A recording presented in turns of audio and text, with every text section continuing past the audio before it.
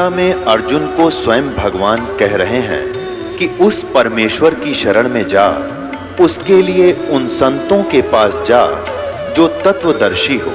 इसी प्रकार हजरत मोहम्मद को उनका अल्लाह कह रहा है कि कोई और पूर्ण परमात्मा है, उसको पाने के लिए उन तत्वदर्शी संत की तलाश कर।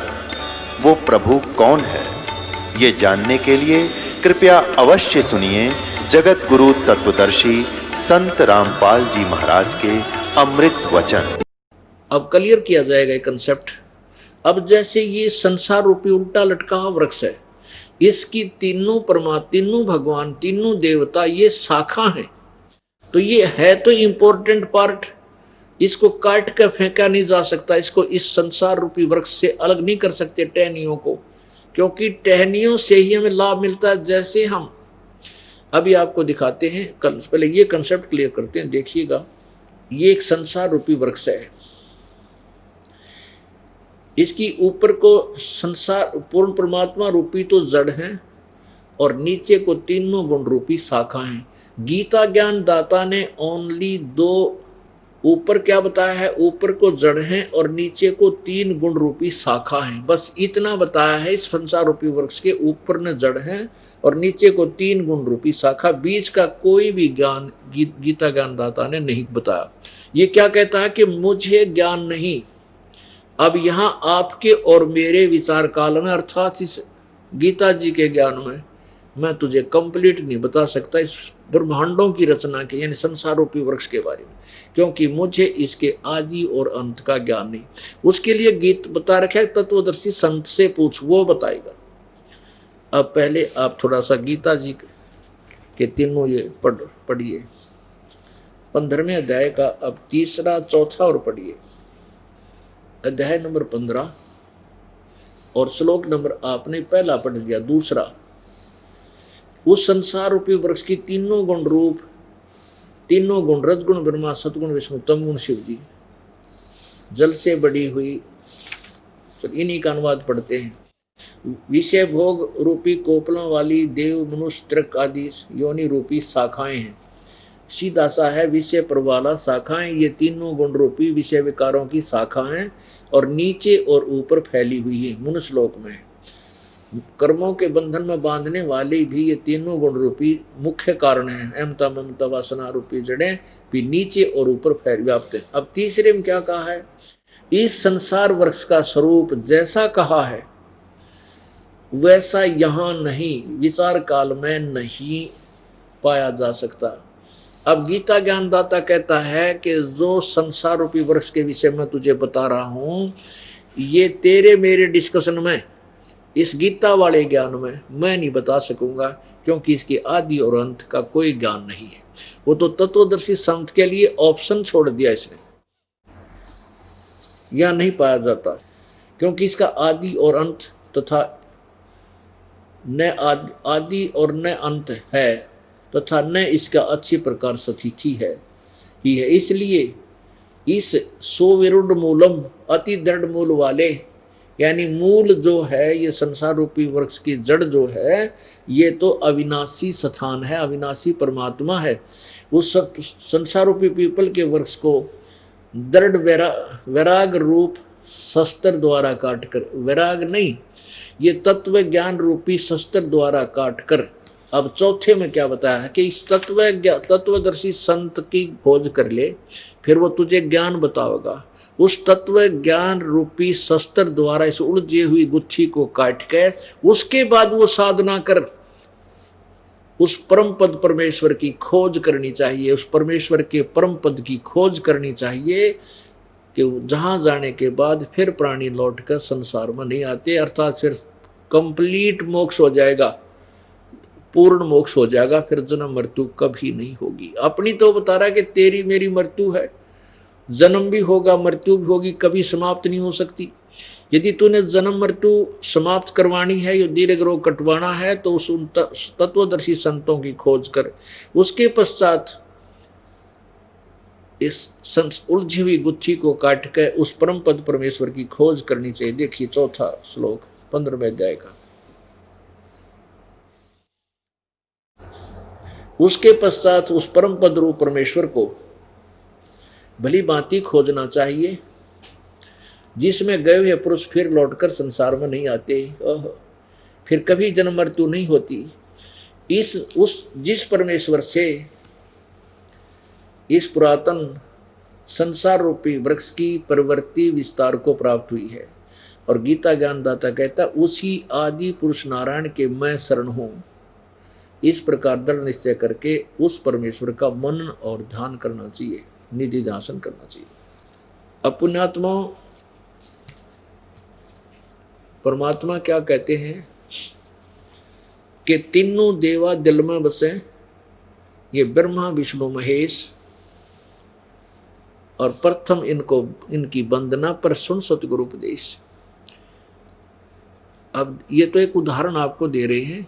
परमात्मा ने ये कहा कि तीनों देवा दल में बसे। दल माने हमारे जैसे कमल दल हैं, ये तीनों देवता हमारे कमलों में निवास करते हैं। प्रथम इनकी वंदना यानी इनकी साधना मजदूरी प्रथम दी जाएगी आपको, और फिर सुन सतगुरु उपदेश यानी परम संत की उस उपदेश को, उस यथार्थ ज्ञान को सुन जो मोक्षदायक है, यानी वो अन्य और उपदेश देगा और मंत्र आपको देगा। अब देखिएगा, अब आपने गीता जी अध्याय नंबर 15 का श्लोक नंबर 1, 2, 3, 4 क्लियर कर देंगे। वो इस पॉइंट से होंगे, जैसे आप कोई आम का पौधा लाए छोटा सा, उसको जड़ की तरफ से जमीन में लगाओ, गड्ढे में, गमले में, और जमीन उस जड़ की सिंचाई करो, जड़ की पूजा करो, तो वो पौधा बड़ा होगा।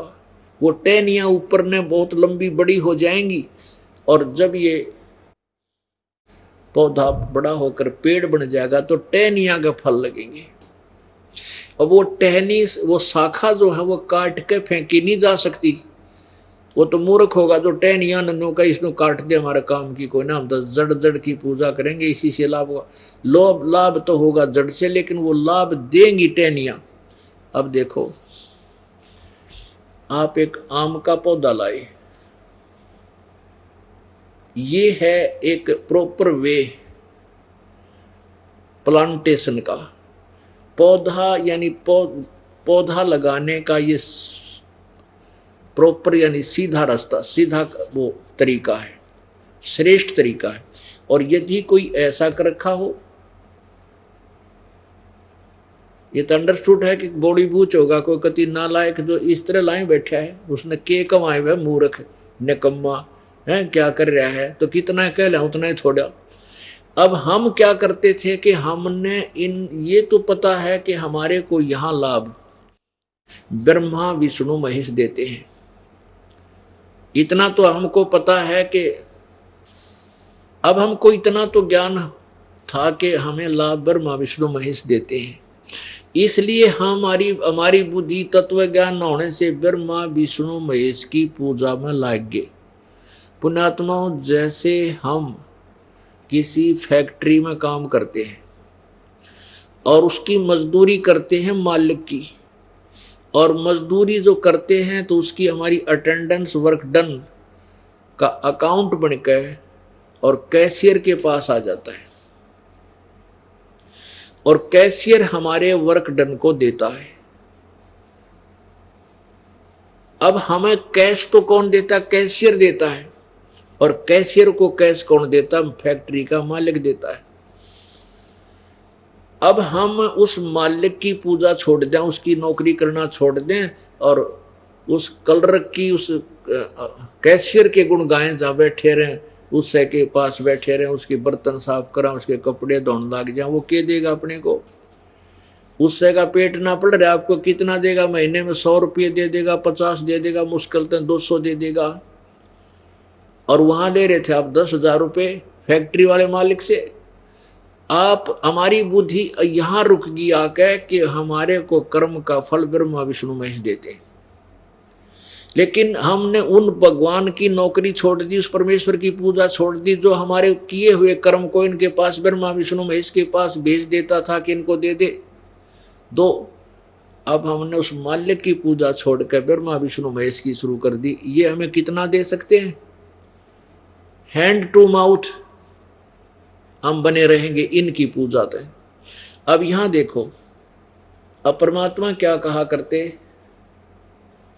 कि आपकी ये है शास्त्र अनुकूल साधना, यानी पूर्ण परमात्मा की पूजा करो, इससे आपके शुभ संस्कार बनेंगे और शुभ संस्कार बनकर के आपको टहनियों में पहुंचेंगे, इन ब्रह्मा विष्णु महेश के पास जाएंगे और ये ब्रह्मा विष्णु महेश आपको फल देंगे, इनका फल लागेंगे फिर। और आप क्या कर रहे हो, आप ऐसा कर रहे हो, ये आपकी शास्त्र विरुद्ध साधना है। आपने टहनी तो गाड़ दी गमले में जमीन में और जड़ छोड़ दी ऊपर ने, इनकी पूजा शुरू कर दी, पौधा गड़ गया, भक्ति रूपी पौधा आपका नष्ट हो गया, आपको कोई लाभ नहीं हो रहा। अब परमात्मा क्या बताया करते कबीर जी, एक कै साध्य सब सदै, देखिएगा, एक कै साध्य सब सदै और सब साध्य सब जावे, ये सब साधने से नष्ट हो गया। माली सींचे मूल को फिर फले फूले गाए। कहते हैं एक के साध्य सब सदगे, और हम ये सब साधन थे और ये सब गए, नष्ट हो गया, हमारी सब भक्ति व्यर्थ होगी, जीवन व्यर्थ हो गया। और माली, माली माने जो पूरा प्रोसीजर को जानने वाला विद्वान पुरुष, माली सींचेगा मूल को, जड़ की पूजा करेगा उस पूर्ण परमात्मा की, फिर फल फूल अघाए, यानी पूर्ण लाभ मिलेगा। अपुण्यात्माओं, अब समझो कि कबीर परमात्मा या ये दास क्या ब्रह्मा विष्णु महेश को फेंक देने को कहेगा या ब्रह्मा विष्णु महेश को रिजेक्ट करेगा? कभी नहीं। ये हमारे इस संसार रूपी वृक्ष के एक पार्ट हैं। तुम इन ब्रह्मा विष्णु महेश को कंप्लीट गॉड मान रहे थे, कोई ब्रह्म को परमात्मा मान बैठा। पुण्यात्माओं, एक समय 5 अंधे थे और उन्होंने सुना कि भाई गांव में हाथी आया हुआ है, तो वो कहने लगे, वो आपस में उन्हें सलाह करी, चल हाथी देख कर आते हैं। वो चले जा रहे थे, आगे से उन्होंने किसी ने बताया भाई हम हाथी देखेंगे। तो वो आदमी बोले, भाई हाथी के ऊपर देखोगे तुम आंख ना और नहीं अंधे हो। वो कहने लगे, भाई हमारे हाथ आँखें का काम करें, हमने उन्होंने बता दो हाथी किसी है, हम हाथ ला कर उन्हें आइडिया लगा लेंगे। तो उस आँखें वाले आदमी ने हाथी के पास छोड़ दिए। तो हाथी के चारों तरफ घूम गए वह 5 अंधे। एक अंधे ने तो सूंड के ऊपर का हाथ फेरा, नो ये हाथ फेर रहा है, आगे हाथ हट गया तो वहीं रुक गया। एक ने पैरों को का आइडिया लगा लिया, पैरों के ऊपर का हाथ फेर कर देख लिया कि भाई जैसा भी उसने अंदाजा लाया। और तीसरे ने कान देख लिए, काना के ऊपर हाथ फेर दिया। और चौथे ने उसकी दूम पूछड़ ठहगी, उसने हाथ फेरा ऊपर तीन देख लिया, कहीं इतना गाथी हो से। और 5वें ने उसके पेट पे हाथ फेर लिया, आगे हाथ पिछले पैर अड़ गए, उस तक अगले हाथ का अड़ गए, उसने हिसाब ला लिया हाथी ईसाई हो से। अब वो आपस में डिस्कस करते हुए आ रहे हैं रास्ते में और कहते हैं, भाई हाथी बेकमाल है, हाथी के हाथी पड़ा था। तो एक कहने लगा, भाई हाथी के देखा?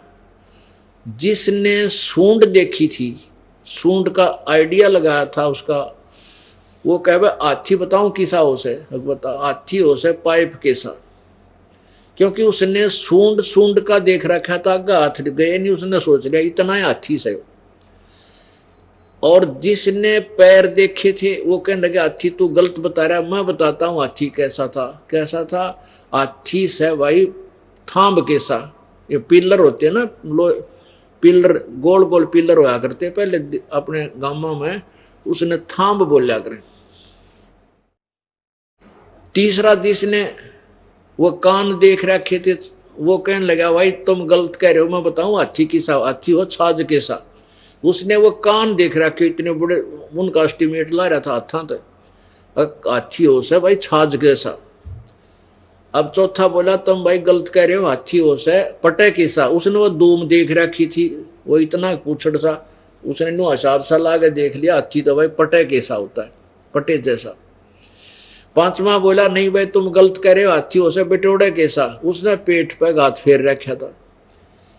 बिटौड़ा बोले हरियाणा में उपले धरण का एक ऊंचा सा बना देते हैं, उपले यानी गोसे सटो करा कर उसमें, और उसके ऊपर का गोबर की ही प्लास्टर कर देते हैं। वो खरदरा सा होता है, अनइवन सा सरफेस होता है उसका, ऐसा ही हाथी का होता है। तो उसने जो पेट पे गाछ फेर का रहा था, वो ने बोला हाथी हो से बिटोड़े कैसा। अब वो पांचों लड़े, नहीं तुझे नहीं मालूम, मैं ठीक कह रहा हूँ। तो वो कह नहीं तुझे नहीं मालूम, मैं सही कह रहा हूँ, मैं देखा है अपने, मैंने खूब अनुभव किया है। अब उनको आंखों वाला समझाता है कि सूरदासो ये सारा मिला का हाथी है, तुम तो खाम खां लड़ रहे हो। तो पुण्यात्माओं ब्रह्मा विष्णु महेश और ब्रह्म और परब्रह्म और पूर्ण ब्रह्म, ये उस परमेश्वर के अंग हैं, ये अलग नहीं है। ये अनुभवहीन ज्ञानहीन लोग लड़ाई करते थे उन अंधों की तरह। कोई कह ब्रह्मा विष्णु महेश फाइनल गॉड है, कोई कहना ब्रह्म तो ऊपर कुछ है को ना, बस परब्रह्म है, पूर्ण है। वो तो पूर्ण परमात्मा परमेश्वर कबीर जी ने हमें डिफाइन किया और सबकी सचिथि बता के हमें तत्व ज्ञान दिया। अब हमें पता चला कि पूर्ण परमात्मा कैसा है, और उसकी वो पूर्ण परमात्मा ही से इन सबको आहार मिल रहा है। ब्रह्मा विष्णु महेश, ब्रह्म परब्रह्म और हम प्राणी रूप में। तो परमात्मा ने हमें क्या बताया, मन तो चल रे सुख के सागर, जहां शब्द सिंधु रत्नागर। सुख का सागर किसे कहते हैं, जहां दुख नाम की वस्तु ना हो, ना कोई बुखार आवे, ना कोई ताप चढ़े यानी कोई जवर नहीं आवे, ना किते कैंसर होवे, ना बीपी हाई हो ना लो होवे, ना कोई बालक मरे ना आप मरे, किसी प्रकार का कोई कष्ट नहीं। वो स्थान है सत्यलोक। गीता जी अध्याय नंबर 18 के श्लोक नंबर 62 में कहा है कि हे अर्जुन तू सर्व भाव से उस परमेश्वर तत्व ब्रह्म, उस परमेश्वर की शरण में जा जिसकी कृपा से तू परम शांति और शाश्वत स्थान, परम शांति यानी जहां पूर्ण रूप से सुख होगा, और शाश्वतम स्थानम यानी उस सदा रहने वाले स्थान माने लोक को, स्थान को, धाम को प्राप्त होगा, उस सतलोक को प्राप्त हो जाएगा। अब सुख सागर किसे कहते हैं, शंखों लहर मेहर की उपजे कहर नहीं जा कोई, दास गरीब अचल अविनाशी सुख का सागर सोई। शंखों लहर मेहर की उपजे और कहर नहीं जहां कोई, दास गरीब अचल अविनाशी सुख का सागर सोई। जैसे कभी हम एकांत में बैठे हों और एक आध बार कभी कभी किसी दिन ऐसी मौज होती है भगवान की, ऐसी हिलोर उठती है अंदर से, कोई भी शत्रु नजर नहीं आता, कोई भी बुरा नहीं लगता, जो शत्रु हो वो भी अपना सा लगता है। वो एक मेहर की लहर आई थी, वो एक हिलोर उठी थी मेहर की, और उसके जाने के बाद उसी तरह ज्यों का त्यों कैर फिर टूट जाता है। उसको ऐसे कर दूंगा, उसको ऐसे कर दूंगा, वो ऐसे कैसे बोल गया है, वहाँ ऐसा नहीं हुआ, वो नाश हो गया, वह बात बिगड़ गई, फलाना काम हो गया। ये कैर की लहर हमारे ऊपर हमेशा बरसती रहती है, उठती रहती है। वो एक थी मेर की लहर, वो कुछ क्षणों की होती है। तो वहां कहते हैं सतलोक में शंखों लहर मेहर की उपजे और कहर नहीं जा कोई, कोई कष्ट नहीं, किसी प्रकार की टेंशन नहीं। दास गरीब अचल अविनाशी सुख का सागर सोई, वो सतलोक। वो अचल है, अविनाशी है, कभी नष्ट होने वाला नहीं है, वो शाश्वत स्थान है। उसके लिए कह रहे हैं मन तू चल रे सुख के सागर, जहां शब्द सिंधु रत्नागर। भाई कोट जन्म तन भरमत होगे, कुछ ना हाथ लग्या रे, कुकर सुकर खरबया बोरे, कौआ हंस बुगारे। कोटि जन्म तू राजा की, न मिटी न मन की आशा, भिक्षुक हो के दर दर घूम लिया, ये मिला न निर्गुण रासा। इंद्र कुबेर ईश की पदवी, ब्रह्मा वरुण धर्म राया, विष्णुनाथ के पुर को जाके तू फिर भी उल्टा आया। असंग जन्म तन मरत्या होगे, जीवित क्यों न मरे रे, द्वादश मध्य महल मठ बोरे, बहुर न देह धरे रे। दोजिक भस्त सभी ते देखे, राजपाट के रसिया, तीन लोक से तरपत नाही, ये मन भोगी खसिया। सतगुरु मिले तो इच्छा मेटे, पद मिल पदे समाना, चल हंसा उस लोक पठाऊं, जो आदि अमर अस्थान। चार मुक्ति जहां चंपी करती, माया होरी दासी, दास गरीब अभय पद पर सब मिले, राम अविनाशी। पुण्यात्माओं, गीता जी अध्याय नंबर 15 के श्लोक नंबर 1 में आपने उल्टा लटका हुआ संसार रूपी वृक्ष देखा। उसके विषय में क्या बताया परमात्मा ने कि अक्षर पुरुष एक पेड़ है, निरंजन वा की डार, तीनों देवा शाखा है, ये पात्र संसार। अब परमेश्वर ने इन सभी वृक्ष के सभी पार्ट्स के बारे में बता दिया। जड़ तो दाता स्वयं है, कबीर परमात्मा संसार रूपी वृक्ष का मुख्य वो पालन करता वही है, पूर्ण ब्रह्म परम अक्षर ब्रह्म। और ये तना जो जमीन से बाहर दिखाई देता है पेड़, उसको तना बोलते हैं, वो पर ब्रह्म है, अक्षर ब्रह्म है, अक्षर पुरुष है। और डार जो है ये ज्योति निरंजन क्षर ब्रह्म है। और तीनों देवा शाखा है, ब्रह्मा विष्णु महेश, ये इसकी शाखा है। और पात्र रूप संसार। अब तीन परमात्मा, जैसे क्षर ब्रह्म, क्षर पुरुष, क्षर ब्रह्म कहो चाहे क्षर पुरुष कहो, और अक्षर पुरुष कहो चाहे अक्षर ब्रह्म कहो। फिर तीसरा क्या है, परम अक्षर ब्रह्म चाहे परम अक्षर पुरुष कहो। गीता जी अध्याय नंबर 15 के श्लोक नंबर 16 में और 17 में तीनों भगवानों की सतीथि न्यारी न्यारी बताई। अब जैसे हम ब्रह्मा विष्णु महेश की पूजा करते थे तो नासवान है, तो इनके साथ अगर हम चिपके रहेंगे, इनके लोक में चले जाएंगे, इनकी भी मृत्यु हमारी भी मृत्यु, यही चक्कर फिर पड़ा रहेगा। यदि हम ब्रह्म साधना करते हैं, गीता ज्ञान दाता की साधना करते हैं, वो कहता मेरे और तेरे जन्म अर्जुन बहुत हो लिए, रोते रहेंगे, तो ये भी नासवान। और फिर अक्षर ब्रह्म का अर्थ होता है अविनाशी परमात्मा, वैसे इसका अर्थ होता है चिरस्थायी। अक्षर ब्रह्म जिसको हम अविनाशी नहीं कह सकते, लेकिन अक्षर ब्रह्म का अर्थ अविनाशी होता है, अविनाशी प्रभु, लेकिन ये वास्तव में अविनाशी नहीं है। इसको डिफाइन करने के लिए कि ये ब्रह्मा, ये अक्षर ब्रह्म, इसको अक्षर ब्रह्म भी क्या है, अगर अक्षर ब्रह्म कहा तो ये अविनाशी हुआ नहीं, ये चिरस्थायी कह सकते हैं। इन तीनों की स्थिति समझने के लिए हमें एक एग्जाम्पल समझना होगा, उदाहरण। जैसे एक तो मटेरियल है, ये चाय पीते हम, सफेद मटेरियल का बना हुआ होता मिट्टी का, वो प्याला, उस प्याले से हम परिचित हैं कि हाथ से छूट गया, फर्श पर गिरते ही टुकड़े टुकड़े होगा, यानी कति नासवान, सर्प नासवान। और दूसरा प्याला स्टील का कप, तो वो उसकी तुलना में चिरस्थायी है, अविनाशी है, लेकिन पूर्ण रूप से अविनाशी नहीं है। स्टील को भी जंग लगेगा, समय भले ही ज्यादा लग जाए और उसका नाश होगा, नष्ट होगी। और तीसरी धातु है सोना। सोने को कोई जंग नहीं लगता, टूटती फूटती नहीं, वो सदा रहने वाली धातु। फॉर एग्जाम्पल ऐसे समझो। ऐसे गीता जी अध्याय नंबर 15 के श्लोक 16 और 17 में इन तीनों भगवानों को डिफाइन किया है। अब जैसे क्षर पुरुष ये ब्रह्म है, ज्योति निरंजन, ये मोटी डार है इस संसार रूपी वृक्ष की, और तना ये अक्षर ब्रह्म।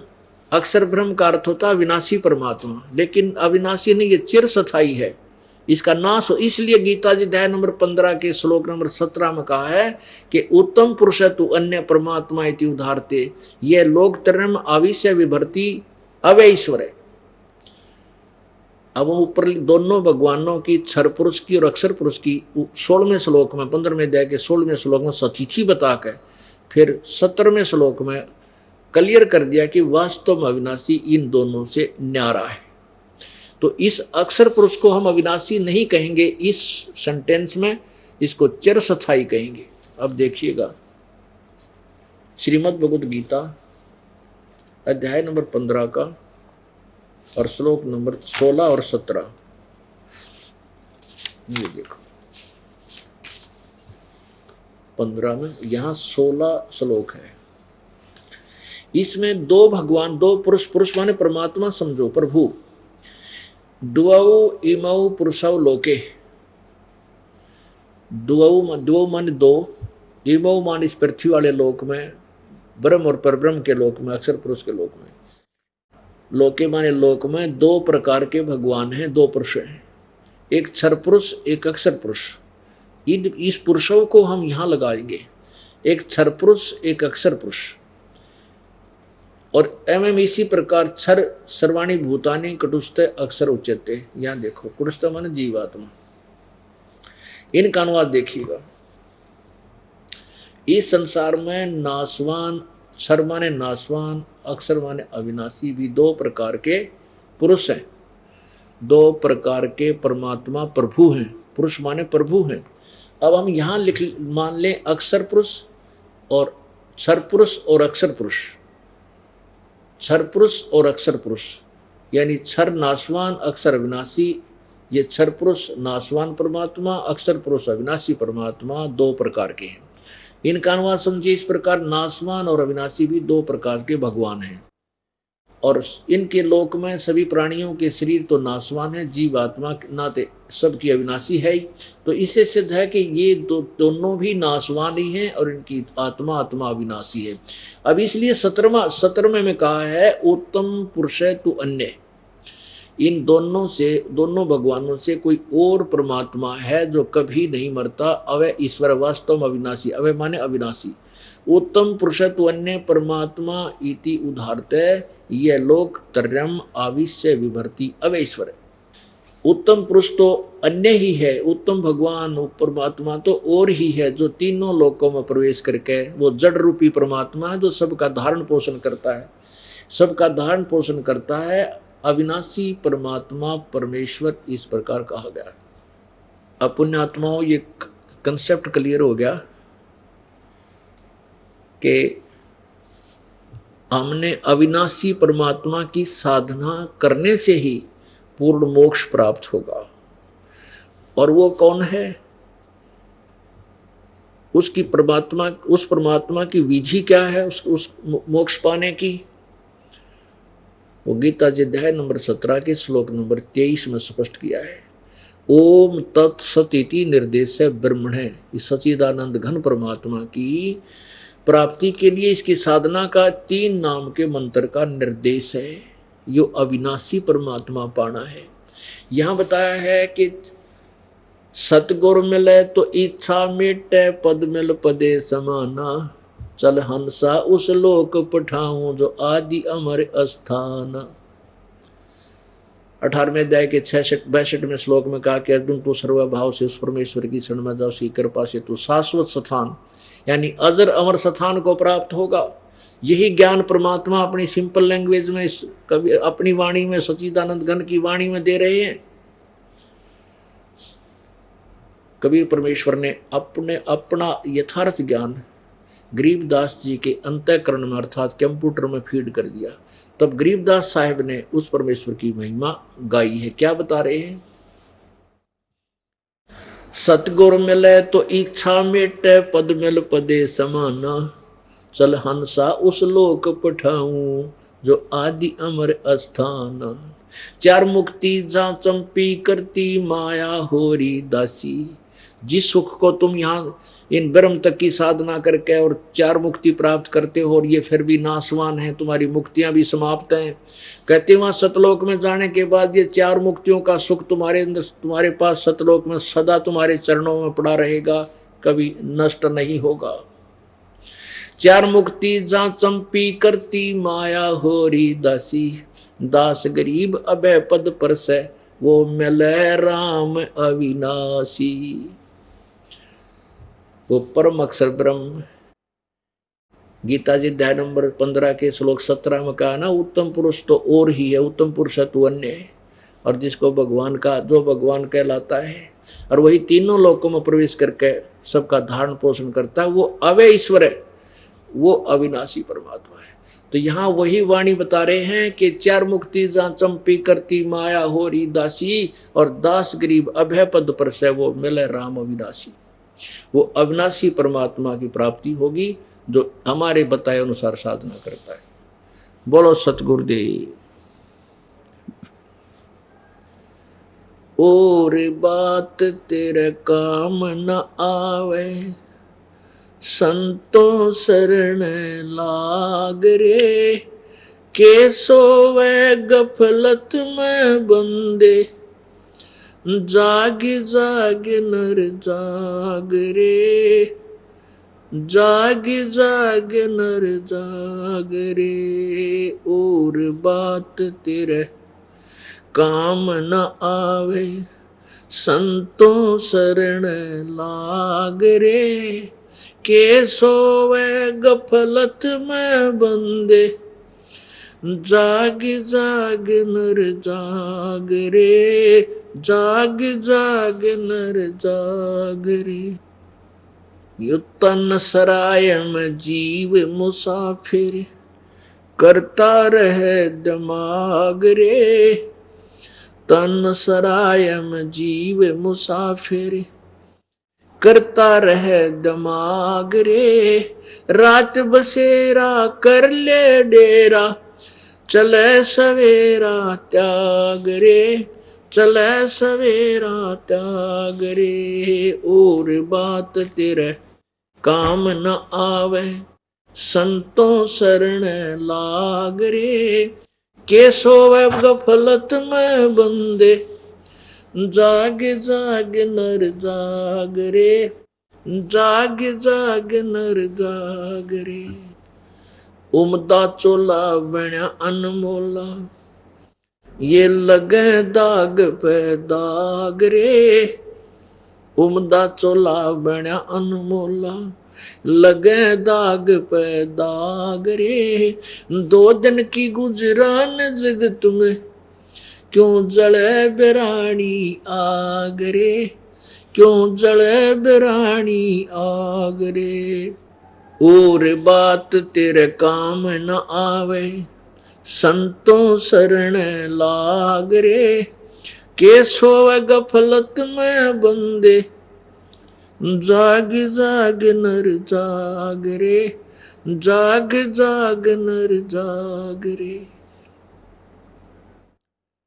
भाई कुब्द कांसड़ी चढ़ रही चित पे, ओया मनुष्य से नाग रे। कुब्द कांसड़ी चढ़ रही चित पे, ओया मनुष्य से नाग रे। सूझे नहीं सजन सुख सागर, बिना प्रेम बैराग रे। बिना प्रेम बैराग रे। और बात तेरे काम न आवे, संतों शरण लाग रे। के सोवे गफलत में बंदे, जाग जाग नर जाग रे। जाग जाग नर जाग रे। भाई हर सुमरे सो हंस कवावे, कामी करो दी काग रे। हर सुमरे सो हंस कवावे, कामी क्रोधी कागरे। बोरा न भर में विष के बन में, चल बेगमपुर बागरे। चल बेगमपुर बाग रे, और बात तेरे काम न आवे, संतों शरण लाग रे। क्या सोवे गफलत में बंदे, जाग जाग नर जाग रे, जाग जाग नर जाग रे। शब्द सैन सतगुरु की पिछानी, पाया अटल सुहाग रे। शब्द सैन सतगुरु की पिछानी, पाया अटल सुहाग रे। नितानंद महबूब गुमानी, परगट्य पूर्ण बाग रे, परगट्य पूर्ण बाग रे। और बात तेरे काम न आवे, संतों शरण लाग रे। केशव गफलत में बंदे, जाग जाग नर जाग रे, जाग जाग नर जाग रे। परमपिता परमात्मा सर्वश्रेष्ठ रचनहार कबीर देव, कबीर साहब, कबीर प्रभु, कबीर अल्लाह, अल्लाहू अकबर, ये वही परमात्मा है जो बनारस में एक जुलाहे की भूमिका करने के लिए सशरीर नवजात शिशु रूप में प्रकट हुए थे। और उसी समय परमेश्वर ने तत्वदर्शी संत की भूमिका की और एक अच्छे दास की, एक सुयोग्य शिष्य की भूमिका भी की। परमात्मा ने हमारे लिए उदाहरण छोड़ दिया कि पुण्यात्माओं, जैसा कि मानव समाज भ्रमित है, विशेषकर उस समय जिस समय परमेश्वर प्रकट हुए थे, जाति प्रथा बहुत चरम सीमा पर थी, छुआछूत चरम सीमा पर थी, और केवल एक वर्ग, ब्राह्मण वर्ग ही आध्यात्मिक पुस्तकों को पढ़ने का अधिकार रखता था। और वो यही कहा करते थे कि केवल ब्राह्मण उच्च जाति के लोग ही परमात्मा प्राप्ति के योग्य हैं। शूद्रों को मंदिर में प्रवेश भी अलाउड नहीं था। उस समय परमेश्वर ने ये फड़क निकाली थी, ये भ्रम निवारण किया था।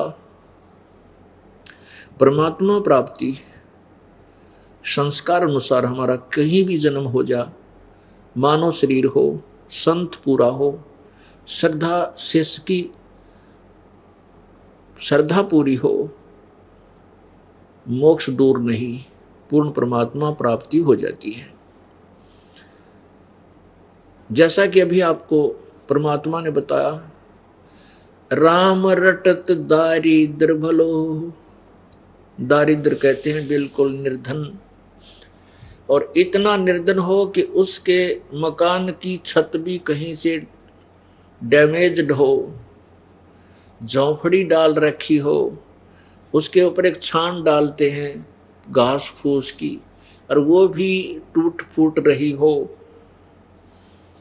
इतना निर्धन हो कि उसको भी संवारने का उसके पास कोई धन ना हो, लेकिन वो सच्चा नाम पूर्ण संत से जाप कर रहा हो। कहते हैं वो उस धनवान साहूकार सेठ, जिसने चाहे अपने कितना ही मार्बल से कितनी अच्छी चिप्स लगा कर महल बना रखा हो, उससे असंख्य गुना अच्छा है। राम रटत दारिद्र बलो, टूटी घर की छान, वो कंचन महल किस काम के, जहां भक्ति नहीं भगवान। चाहे सोने का महल बना रखा हो, यदि उसके पास सत्य भक्ति नहीं है, परमात्मा की भक्ति नहीं है, तो व्यर्थ है वो महल। और उस सोने के महल वाले से, यानी स्वर्ण से जो जिसने गोल्डन टेम्पल बना रखा हो, गोल्डन पालिश बना रखा हो, उससे वो टूटी छान वाला भक्त जो सत भक्ति कर रहा है वो बहुत उत्तम है। परमात्मा आगे बताते हैं, राम रटत कोड़ी भलो, कोड़ी जिसके पूरे शरीर पर कोड लगा हो, और चू चू पड़े जो चाम, उसका खाल भी कट कट के गिर रही हो, और वो सुंदर शरीर किस काम का, सुंदर दे किस काम की, जा मुख ना ही नाम। खूबसूरत शरीर हो, स्वस्थ हो, वो भक्ति नहीं करता है, उससे वो कोढ़ी भी 100 गुना 1000 गुना अच्छा है जो परमात्मा की भक्ति कर रहा है। पुण्यात्माओं, कोई भी हमें कष्ट आया है, कोई भी दुख है, वो हमारे पूर्व जन्म के बुरे कर्मों का परिणाम है, पाप कर्मों का, अपराध का परिणाम है। उसके कारण वो दुखी है जिसको कोड लग गया, और जो सुखी है, स्वस्थ है, उसके पिछले जन्म के पुण्य अच्छे हैं, पाप कम है, इसलिए वो स्वस्थ नजर आ रहा है। और जिसके ऊपर ये आपत्ति आ गई, कोई रोग हो गया, और उसने फिर परमात्मा की तलाश खोज शुरू की, और उस कोढ़ी को कोई तत्वदर्शी संत सत भक्ति उसको मिल जाती है, तो उससे क्या होगा, उसका पिछला कोड तो ठीक होगा और परमात्मा मिलेगा। क्योंकि वो इतना दुखी होगा और फिर उसको ज्ञान हो जाएगा कि ये मेरे ही पिछले जन्म जन्मांतर के कोई भयंकर अपराध का परिणाम था। आगे वो अपराध नहीं करेगा और अपनी भक्ति करके जीवन सफल करेगा। इसलिए परमात्मा कहते हैं सुख के माथे सिला पड़ो, सुख के माथे पत्थर पड़ो, नाम हृदय से जावे, बलिहारी उस दुख के जो पल पल नाम रटावे। परमात्मा कहते हैं इसे सुख के आग लगे जिसे भगवान भूल जा, वो दुख भी देना दाता जिसे तेरी याद बनी रहे, वो दुख के ऊपर बलिहारी हो जिसने भगवान याद दिला दिया। फिर परमात्मा क्या कहते हैं, भाई मानुष जन्म पाके नहीं रटे हरि नाम, जैसे कुआ जल बिना फिर बनवाया क्या काम है। जैसे कुआ बना रखा है, उसकी बढ़िया कंस्ट्रक्शन भी कर रखी है, ऊपर भी उसके छतरी सी बना करके और बढ़िया उसकी सारी चित्रकारी भी कर रखी है, और उसमें जल है नहीं। उसका नाम कूप है लेकिन गुण कुएं वाले नहीं है। ऐसे ही ये मानव शरीर स्त्री या पुरुष का, यदि इसमें सत भक्ति नहीं की जा रही है, राम नाम नहीं है, तो वो जल रहित कूप के तुल्य है, व्यर्थ है, उसका कोई यूज नहीं। फिर परमात्मा कहते हैं कबीर जिव्या तो वाए बली, जो रटे हरि नाम, नहीं तो काट फेंक दियो भाई मुख में भलो ना चाम। क्या कह रहे हैं कि जीव तो वाहे अच्छी जो प्रभु का गुणगान करती है, और नहीं तो कहते हैं इस जीव ने काट कर डाल दो कि तय मुख में यू चाम अच्छा नहीं। अब कितनी प्यारी व्याख्या की है परमात्मा ने। क्या कहते हैं कि इतः पराई आत्मा या जीव बांध तलवार, इस जीव का यदि हम भक्ति नहीं करते, परमात्मा का गुणगान नहीं करते, तो ये तलवार के तुल्य है, जिससे हम किसी की आत्मा को जख्मी कर देते हैं। कोई ऐसा कटु वचन कह देंगे, कोई व्यंग मार देंगे, तगड़ा व्यक्ति ठाडा यानी हर तरह से, कोई शारीरिक या राजनीतिक या किसी और कारण से, धन से जो तगड़े हैं, और गरीब को अपने वचन से ना जाने के बोल दे, और वो बेचारा ऐसा है ना तो उसका कोई प्रत्युत्तर दे सकता, प्रत्युत्तर दे तो तगड़ा आदमी और सजा दे देगा, तो फिर वो आत्मा उसकी रोती है, रह रह कर रोती है। तो उसने उस प्यारी आत्मा की आत्मा को उस तगड़े व्यक्ति ने जख्मी कर दिया अपनी जीभ रूपी तलवार से, या किसी की झूठी गवाही दे देगा, या किसी के बारे में झूठ कपट बोलेगा इस जीव ते, जो केवल पाप ही एकत्रित करेगा। इसलिए परमात्मा एक उदाहरण देते हैं कि इसका अच्छा तो जीव ना हो,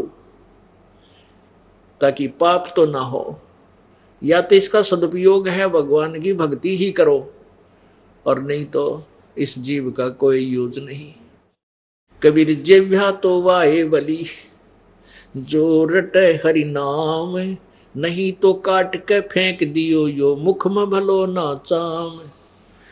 अब ये समझ लेना कि परमात्मा ने प्रत्येक अंग मनुष्य शरीर का किस लिए बनाया है, और हम उसका सदुपयोग नहीं कर रहे हैं, दुरुपयोग करते हैं, तो वो हम पाप इकट्ठा कर रहे हैं। परमात्मा का कहने का तात्पर्य है कि परमात्मा मनुष्य जीवन दिया आपको, आपको जिह्वा दी है, आप बोल सकते हो, अपनी भाषा, अपना दुख, अपनी प्रार्थना दूसरे को कर सकते हो। आपका कोई पेट में दर्द हो गया, किसी को बता सकते हो मुझे पीड़ा हो रही है, उसका इलाज किया जा सकता है। भूख लगी है बोल कर बता सकते हो, प्यास लगी है बोल कर बता सकते हो, उसका समाधान हो जाता है। आपको मनुष्य जीवन मानव को इतनी बुद्धि दी है परमात्मा ने कि प्राकृतिक आपदाओं से बचने के लिए आप एक झोंपड़ी डाल सकते हो, अपना घोंसला बना सकते हो, अपना कुटीर तैयार कर सकते हो। किस लिए? कि भगवान की भक्ति करते समय बाधा ना आवे। गर्मी सर्दी हमें दुखी करती है, उसके लिए भी वैसे तो आधुनिक बहुत डिस्कवरी हो गई है, बहुत अच्छे साधन बन गए, कूलर है, एसी है, पंखे हैं, तो इनका सदुपयोग करो। आपके पास परमात्मा का दिया हुआ पूर्व जन्म की आपकी कमाई के प्रतिफल में धन है, उस धन में से कहते हैं 10वां अंश गुरु को दीजिए, जीवन जन्म सफल कर लीजिए। शेष आपके पास है, उससे अपना एक मकान बनावे, जिसा भी ब्योंत है, चाहे झोंपड़ी डाल ले। 1 करोड़ रुपए की लागत से बना हुआ महल और एक 20,000 की झोंपड़ी, दोनों एक जैसा काम करेंगे। इस अपने गर्मी और सर्दी से बचने के लिए ही हमने उस जो मकान की झोंपड़ी की आवश्यकता पड़ती है, अन्यथा हम उससे बाहर ही अधिक रहते हैं। जिसमें कोई आपत्ति आती है, तूफान आता है, ओले गिरते हैं, वर्षा होती है, तो हमारे कपड़े व आटा सब भीग ना जाए, ठिठुरे नहीं सर्दी में। तो परमात्मा ने इतनी बुद्धि दी है, किस लिए दी है? कि आप परमात्मा की भक्ति कर सकते हो, आप डिस्टर्ब ना होगे। आपत्ति कोई प्राकृतिक जैसे वर्षा आती है, धूप ज़्यादा होगी, तो अपनी झोंपड़ी में बैठकर भक्ति करें और शेष समय अपना काम करें, काम करते करते परमात्मा को याद करें। तो इतना कुछ आपको दिया, आप अपने मानसिक परेशानी, शारीरिक कष्ट को भी किसी दूसरे को कह के सुना के उसका समाधान करवा सकते हो। और फिर जब आप भक्ति नहीं करोगे तो क्या होगा? फिर पीछे तू पशुआ की जय दीजे बैल बनाए, 4 पहर जंगल में डोले तेरा तो ना पेट भराए। सर पे सींग दिए मन बोरे, धूम से मुचर उड़ावे, कंधे जुआ जोते कुआ फिर जो का भूस खावे। फिर पीछे तू खर कीजेगा, कुर्डी चरने जावे, टूटी कमर पजावे, चढ़े तेरा कागा मां से गिलावे। ओह पुण्यात्माओं, हम बच्चे हैं, आप बच्चे हो अभी, और बच्चे को पता नहीं कि तू क्या क्रिया कर रहा है, ये तेरे लिए कितनी भयंकर होगी। जब आप बुद्धिमान हो जाओगे, समझदार हो जाओगे, वैसे तो बुद्धिमान हाँ आप हो ही, क्योंकि भगवान ने मनुष्य जीवन दिया है, मनुष्य वाली बुद्धि तो आप में है। लेकिन अब आपको मनुष्य से देव बनाना है, उच्च आत्मा बनाना है। वो कैसे बनोगे? आप बुराइयों से डरोगे, परमात्मा याद आएगा, आप किसी का धन नहीं हट सकते, क्योंकि उसका प्रतिफल आपको भोगना पड़ेगा 100%। आपके दिल में जब आप देव बन जाओगे, न्यू क्या करनी तो वे देवता के साथ में है, ना किसी ने गलत बोला है, ना कोई चोरी ना ठगी, अपना सीधा आवे सीधा जावे और अपनी नेक नीति से काम करता है। तो मनुष्य से देवता सतगुरु बना सकता है। मानुष से देवता किया करत न लाई वार। तो पुण्यात्माओं, आपको ये सतर का ज्ञान दे करके आपका हृदय उन बुराइयों से हटाना है जो आपके लिए भविष्य में बहुत खतरनाक सिद्ध होंगी, भयंकर सिद्ध होंगी। आप बालक हो, देखम देखा गलती कर रहे हो, एक रिश्वत लेता है, दूसरा भी शुरू हो जाता है, तीसरा भी शुरू हो जाता है। एक मिलावट करता है, दूसरा भी कर देता है, तीसरा भी शुरू कर देता है। और एक अपना फंडामेंटल राइट बना लेते हैं और इतना सतर गिर जाता, शर्म भी नहीं आती, फिर लोग इतने गिर जाते, ये उल्टे काम करनी है। एक चुटकुला बताओ था, एक भगत कहने लगा कि दूधिया दूध बेचता है, उसने एक माई के यहाँ दूध डाला, 1 लीटर दूध लिया उस बेचारी ने, और उसमें एक मेंढकी आ गई छोटी सी, वो छोटी नवजात सी हुआ कर, बिल्कुल माखी तो थोड़ी सी बड़ी, वो डालकर चला गया। अगले दिन उसने उसको उलाना दिया, भाई या मिंडकी आ गई मेरे दूध में, क्योंकि उसने दूध में पानी मिला हुआ कि नहर का पानी ठाकर डाल दिया, वह मिंडकी भी गेल आएगी छोटी सी। और ये इतने बेशरम हो जाते हैं, शर्माता नहीं, आगे नो भी निकाली मानी, दुखाया भी मैंने गलती बन गई, नो बोला बेबे 1 किलो में टेरडू कितना हुआ, मिंडकी आवेगी, मतलब बकवाद और करी।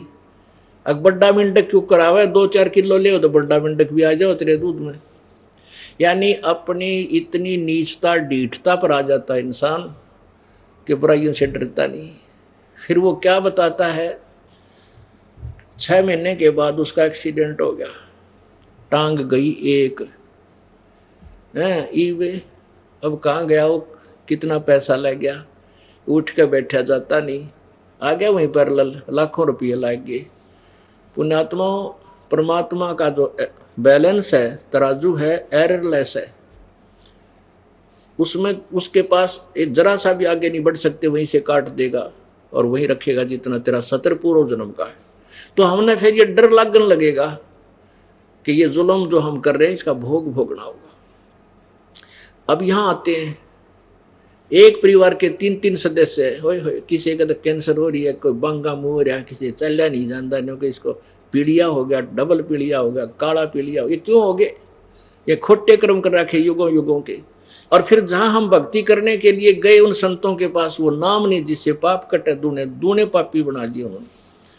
तो इस प्रकार अब वो ठीक होंगे यहाँ पर आकर के, अब ठीक होंगे तो उनको बताया जाएगा कि ये पाप तूने किसी जन्म में किया था जो तुझे आज भोगना पड़ रहा है, कितना भयंकर है उसके लिए।